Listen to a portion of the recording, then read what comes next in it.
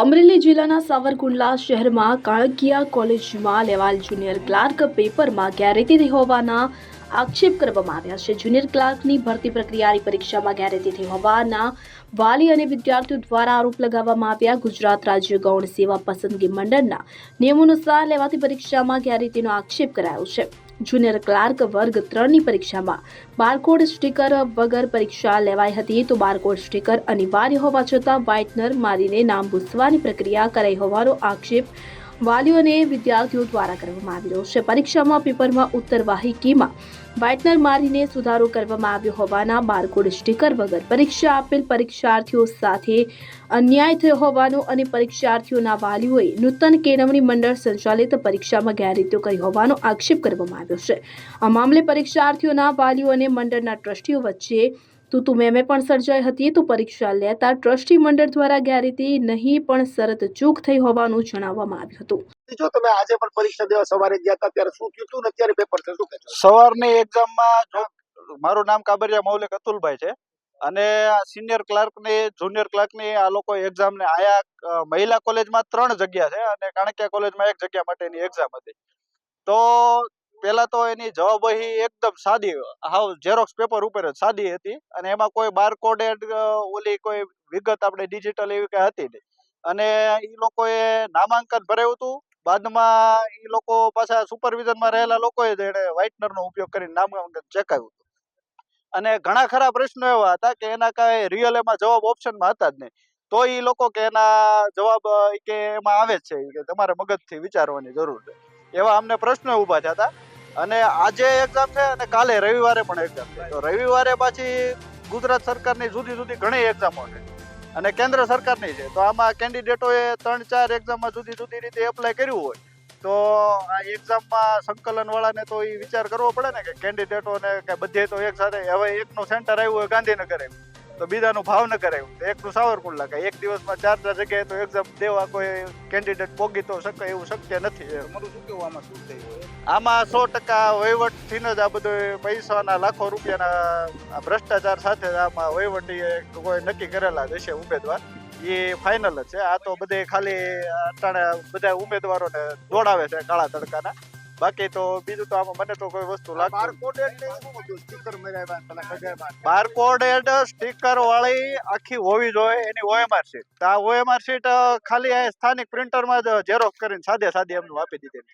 અને પ્રશ્ન પેપરનું બંચ આવે એમાં સ્ટુડન્ટોની સાક્ષીની સહી લેવાની આવે.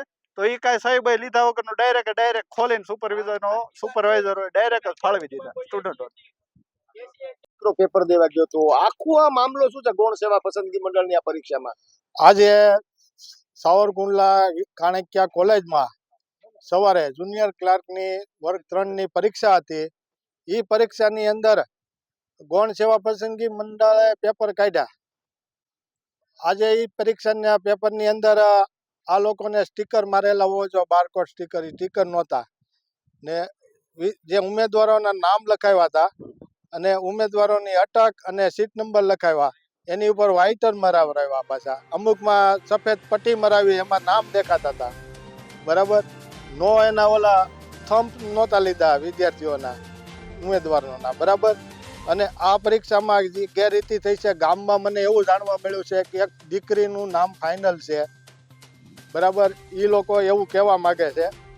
એટલે ગેરરીતિ છે. કોઈને ટ્રસ્ટીઓ હારે મેં વાત કરી, ટ્રસ્ટીઓ પથરાતા હતા વાત કરવામાં. ટ્રસ્ટીઓ પછી ફોન બંધ કરી દીધા. છેલ્લે મને એવું કીધું કે હું તમારી યારે સાંજે વાત કરીશ.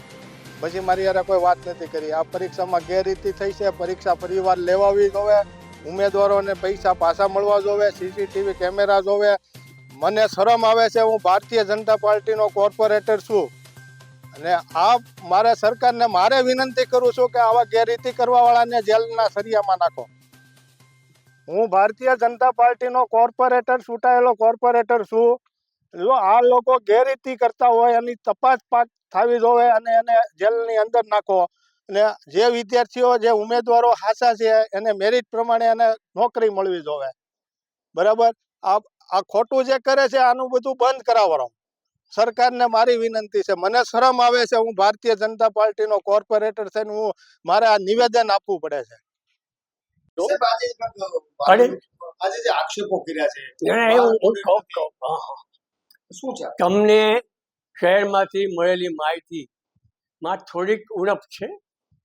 શ્રી લલુભાઈ શેઠ સંચાલિત આ શાળા કોલેજો જ્યારે કોઈ પણ કાર્ય જાહેર ક્ષેત્રનું કરે છે ત્યારે નીતિમત્તાના ધોરણોનો ખ્યાલ રાખે છે, પ્રમાણિકતાનો ખ્યાલ રાખે છે. નોકરી માટે જે ઇન્ટરવ્યૂ માટે બોલાવવામાં આવ્યા, કુલ અહીંયા 124 વિદ્યાર્થીઓ હતા કેન્ડિડેટ, એમાંથી 30 હતા પહેલાં કયું કેન્દ્ર કહેવાય એના, અને અમારી પાસે આવેલી એપ્લિકેશન હતી. એમાંથી 97 આજે ઓન લિસ્ટ છે. અને હાજર કેટલા થયા આપણા? આજે એટલા જ નહીં. એમણે પરીક્ષા આપી, પરીક્ષા પત્ર અમારી પેપર સુધી પહોંચ્યું ત્યાં સુધી ટ્રસ્ટી મંડળનો રોલ દૂર હતો. ટ્રસ્ટી મંડળને જ્યારે પેપર ખોલીને બતાવવામાં આવ્યા ત્યારે પરીક્ષાનો ટાઈમ થઈ ગયો હતો. 10:50 બે સેન્ટર ઉપર પ્રશ્નપત્રોની સીલ બંધ ફાઇલ પહોંચાડી દેવામાં આવી હતી. પહેલી વહેલી શરત ચૂકનું ધ્યાન અમને બહારથી મળ્યું ને અમારું આવ્યું કે અમે નામ લખવાનું માગી રહ્યા છીએ. આ શરત ચૂક થઈ ગઈ, પણ જો પરીક્ષાનો સમય સરકારશ્રીએ જાહેર કર્યા પ્રમાણે અમે ન લઈએ તો આ પરીક્ષા રદ થાય. 300 જેટલા વિદ્યાર્થીઓ પરીક્ષા દેવા આવ્યો હોય, કોઈ દૂરથી આવ્યો હોય, કોઈ નજીકથી, એવરેજ 1000 રૂપિયાનો એમના ખર્ચ ગણો તો એ કેટલું બધું થાય. એટલે અમે પરીક્ષા શરૂ રાખી. પછી જેવું અમને ધ્યાન આવ્યું એવો અમે પ્રયત્ન કર્યો કે ઇરેઝર મારીએ. એ અમારી શરત ચૂક સુધારવાનો આશય હતો, એમાં કશું છુપાવાની વાત નહોતી. વળી ગામમાંથી તમારી પાસે એક એવો આક્ષેપ આવ્યો છે કે એક દીકરીને રાખી લેવાનું ફિક્સ છે. જો એ હોય એવું કોઈ અમે વિચારી રાખ્યું હોય, અમે કાંઈક કર્યું હોય તો ટ્રસ્ટી મંડળમાંથી મુકુંદભાઈ નાગરેચા બીજે દિવસે ખસી જશે. બરાબર?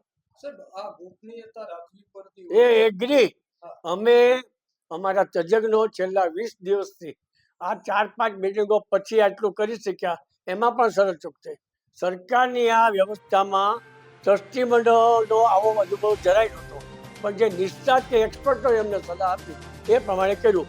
અમે ચોક્કસ કબૂલ કરીએ કે અમે ફોર્મ જોતા ભૂલી ગયા છીએ જવાબ માટેનો, અને એને કારણે આ શરત ચૂક થઈ છે. આ મારી ખુલાસો છે.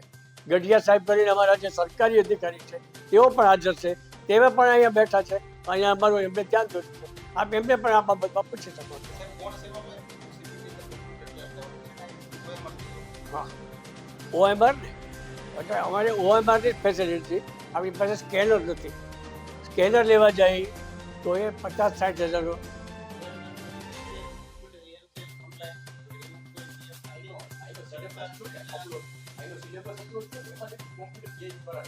અનિલભાઈ,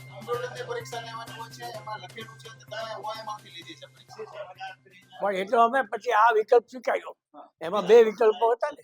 બીજી વસ્તુ કે બાયોમેટ્રિક થંબનેલ નથી, કોઈ વિદ્યાર્થીની ઓળખ નથી, કોઈ પ્રકારનું ચેકિંગ. વિદ્યાર્થીઓ જ્યારે અહીંયા આવ્યા ત્યારે એની હોલ ટિકિટ તપાસીને એન્ટ્રી આપવામાં આવી હતી. બરાબર? પછી એના નંબરો ને નામ વેરીફાઈ કરવામાં આવ્યા હતા. ત્યાર પછી એમને પ્રશ્નપત્ર આપવામાં કોઈ પણ પ્રકારની બાયોમેટ્રિક સિસ્ટમ આવ્યું. બાયોમેટ્રિક નથી, કબૂલ. એ હોવી જોઈએ અને વિકલ્પ છે, ન હોય તો ચાલે એવું છે. બરાબર? જો બીજું આપણે તમે અહીંયા ભાવનગરથી પરીક્ષા દેવા આવ્યા છો, શું આમાં બાર કોડેડ નહોતું, શું આખો મામલો શું છે? મારું નામ હિરેન ભરતભાઈ હરસોરા છે. હું ભાવનગરથી આવી રહ્યો છું. અહીંયા એક્ઝામ દેવા આવેલું છું. આજે જુનિયર ક્લાર્કની એક્ઝામ છે. તો અહીંયા જે સાવરકુંડલામાં વીડી ખેલાણી કોલેજમાં અહીંયા બહાર એમણે લોકોએ બોર્ડ પર જે વિદ્યાર્થીઓનું લિસ્ટ લખેલું છે કે કેટલા કેન્ડિડેટ આવવાના છે, એમાં એમણે 101 થી લઈને 124 જણા આપેલા છે. એટલે 224 જણા, મીન્સ કે ટોટલ 124 જણા થયા છે. અને એમની જ વેબસાઇટ ઉપરથી મેં ક્વોલિફાઈડ કેન્ડિડેટનું લિસ્ટ ડાઉનલોડ કરેલું છે. એમાં ફક્ત 97 જણા જ છે. તો 27 જણા વૈધા ક્યાંથી? મારો પ્રશ્ન એ છે. શું પ્રશ્ન? બારકોડનો એ સાંભળ્યું છે, એ મને ખબર નથી સવારની, કે સવારે જે એક્ઝામ હતી ત્યાં વ્હાઇટનરનો યુઝ કર્યો છે. વ્હાઇટનરનો યુઝ એકેય ગવર્મેન્ટ એક્ઝામમાં કોઈ નથી કરવા દેતું. તમે કરો તો પણ તમે ડિસ્ક્વોલિફાઈડ થાવ. એટલે એમાં સમજાતું નથી શું હોય. હા, એવું લાગે છે આ ભ્રષ્ટાચાર કે નથી. અને ખોટું યુવાઓને હેરાન કરવાનું છે આ પૈસા ભરી સમય બગાડવાનો. પૈસા 500 રૂપિયા ડિમાન્ડ રાખો. કુલ કેટલા પૈસા? બોલ 3 એક્ઝામ ના તેમાં 1500 રૂપિયા. એ હું ઓબીસી માં છું એટલે ઓપન વાળાને વધારે છે. અશોક મણવર, અમરેલી. હવે જુઓ દેશ દુનિયાની તમામ ખબરો તમારી આંગળીના ટેરવે. ઉઠાવો મોબાઈલ અને ગૂગલ પ્લે સ્ટોર પરથી ડાઉનલોડ કરો અમારી CN24 ન્યૂઝ મોબાઈલ એપ.